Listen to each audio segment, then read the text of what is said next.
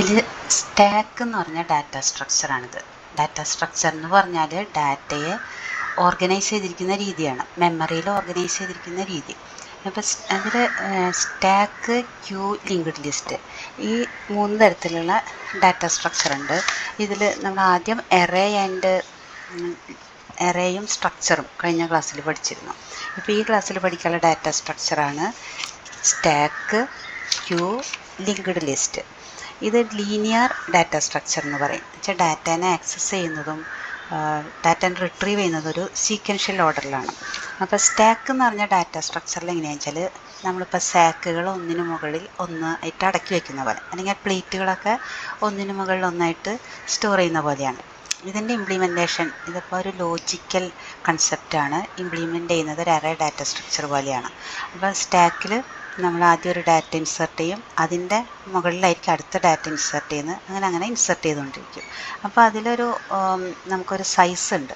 അപ്പോൾ നമുക്ക് n number of elements hold ചെയ്യുന്ന ഒരു സ്റ്റാക്ക് എന്ന് പറഞ്ഞ ഡാറ്റ സ്ട്രക്ചർ. അപ്പോൾ n എലമെൻറ്റ്സ്, ഇപ്പോൾ ഇവിടെ കാണിച്ചത് ഒരു 5 എലമെൻറ്റ്സ് ഇതിൽ സ്റ്റോർ ചെയ്യുന്നുണ്ട്. അപ്പോൾ നമ്പർ ഓഫ് എലമെൻറ്റ്സ് 5, അപ്പോൾ n = 5. ഇതിന് നമുക്ക് ഡാറ്റയെ ഇൻസേർട്ട് ചെയ്യുന്നതും അതുപോലെ ഡിലീറ്റ് ചെയ്യുന്നതും, സ്റ്റാക്ക് എന്ന് പറഞ്ഞ ഡാറ്റ സ്ട്രക്ചറിൽ ഡാറ്റയെ ഇൻസേർട്ട് ചെയ്യുന്നതും ഡിലീറ്റ് ചെയ്യുന്നതും ഒരു എൻഡിൽ നിന്നാണ്. ഇപ്പോൾ ഇവിടെ നമുക്ക് 10 എന്ന് പറഞ്ഞൊരു ഡാറ്റ ഇൻസേർട്ട് ചെയ്തു, അതിൻ്റെ ടോപ്പിൽ അടുത്ത ഡാറ്റ ഇൻസേർട്ട് ചെയ്തു. അപ്പോൾ സ്റ്റാക്കിൽ ഡാറ്റ ഇൻസേർട്ട് ചെയ്യുന്ന ആ ഇൻഡെക്സിന് TOS ആണ്, ടോപ്പ് ഓഫ് ദി സ്റ്റാക്ക്.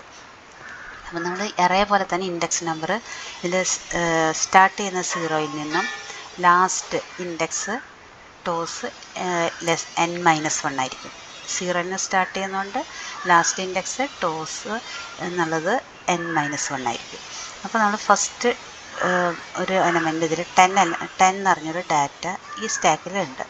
നമുക്ക് ഇങ്ങനെ ഒരു 5 എലമെൻറ്റ്സ് സ്റ്റോർ ചെയ്യാനുള്ള സ്റ്റാക്കിലേക്ക് ഇൻസേർട്ട് ചെയ്യണമെങ്കിൽ ആദ്യം നമുക്ക് ഈ ടോസ് എന്നുള്ളത് നമുക്ക് ഇവിടെയായിരിക്കും, ടോസ് 0യിലായിരിക്കും, ഇൻഡെക്സ് നമ്പർ 0യിലായിരിക്കും, ഇവിടെയായിരിക്കും നമ്മുടെ ടോസ് കിടക്കുന്നത് ഫസ്റ്റ് എലമെൻറ്റ് ഇൻസേർട്ട് ചെയ്യുമ്പോൾ. അപ്പോൾ ഈ ടോസ് ഇവിടെയാണ്, ടോസ് 0യിലായിരിക്കും ഇൻഡെക്സ്. നമുക്കിപ്പോൾ ഇങ്ങനെ ഇത്ര എലമെൻറ്റ്സ് നമുക്ക് ഇൻസേർട്ട് ചെയ്യണം. അപ്പോൾ ഫസ്റ്റ് ഇങ്ങനെ ഒരു സ്റ്റാക്കിൽ നമുക്ക് ഇൻസേർട്ട് ചെയ്യണമെങ്കിൽ സ്റ്റാക്കിൽ നമുക്ക് എലമെൻറ്റ്സിന് ഇൻസേർട്ട് ചെയ്യണം. അപ്പോൾ നമ്മൾ ടോസ് 0യിലേക്ക് ഇൻസേർട്ട് ചെയ്തു. അതിനുശേഷം നെക്സ്റ്റ് എലമെൻറ്റ് ഇൻസേർട്ട് ചെയ്യണമെങ്കിൽ ടോസ് എവിടെയായിരിക്കണം, ടോസ് +1 ആക്കണം. എന്നിട്ട് ഈ സ്റ്റാക്ക് ഓഫ് ടോസിലേക്ക് നമുക്ക് ഈ എലമെൻറ്റ് ഇൻസേർട്ട് ചെയ്യാം. ഇനി നെക്സ്റ്റ് എലമെൻറ്റ് ഇൻസേർട്ട് ചെയ്യണമെങ്കിൽ ടോസ് +1, ടോസ് ഇവിടേക്ക് എത്തി. എന്നിട്ട് ഈ സ്റ്റാക്ക് ഓഫ് ടോസിലേക്ക് നമുക്ക് എലമെൻറ്റിനെ ഇൻസേർട്ട് ചെയ്യാം.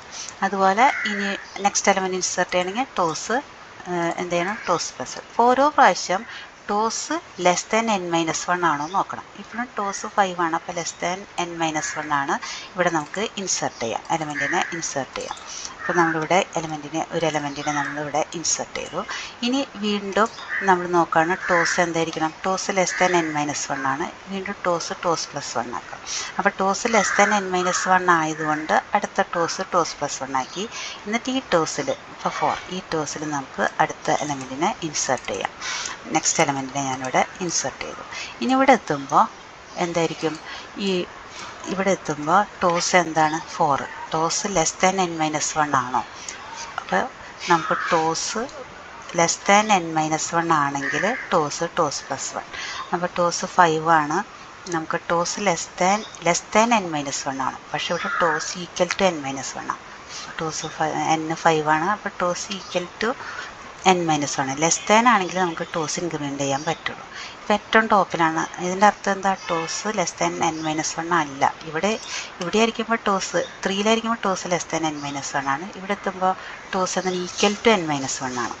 അപ്പോൾ എന്തായിരിക്കണം, ഈ കണ്ടീഷൻ തെറ്റിയിട്ട് എൽസ് പാർട്ടിലേക്ക് വന്നു. ഇനി നമുക്ക് ഇൻസേർട്ട് ചെയ്യാൻ പറ്റില്ല, സ്റ്റാക്ക് ഓവർഫ്ലോ എന്ന് മെസ്സേജ് വരും. ഇങ്ങനെയാണ് നമുക്കൊരു സ്റ്റാക്കിലേക്ക് ഡാറ്റ ഇൻസേർട്ട് ചെയ്യുന്നത്. അപ്പോൾ ഈ ഓപ്പറേഷനെ ഇൻസേർട്ട് ചെയ്യുന്ന ഓപ്പറേഷനെ പറയുകയാണ് പുഷ് ഓപ്പറേഷൻ. അപ്പോൾ ഇതിൻ്റെ അൽഗോരിതം എങ്ങനെ എഴുതാം? ആദ്യം തന്നെ സ്റ്റാർട്ട് ചെയ്തിട്ട് ചെക്ക് ചെയ്യേണ്ടത് ടോസ് n-1 ആണോ എന്ന് നോക്കും.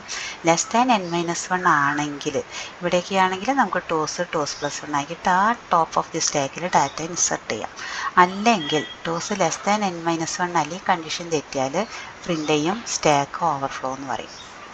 ഇതാണ് സ്റ്റാക്കിലെ പുഷ് ഓപ്പറേഷൻ്റെ അൽഗോരിതം.